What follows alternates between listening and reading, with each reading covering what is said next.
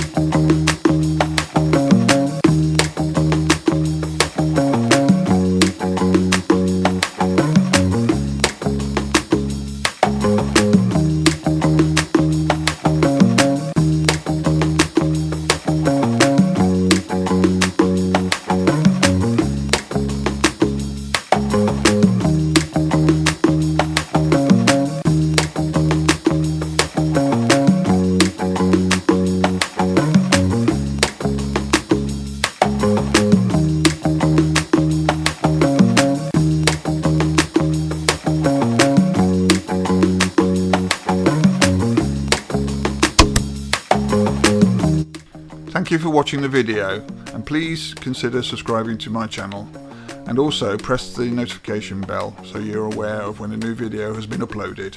If you like the video, consider pressing the thumbs up icon, as well as possibly leaving a comment to tell me what you think. Also consider sharing the video on these sites, as well as follow me on these social media channels. Thank you again for watching.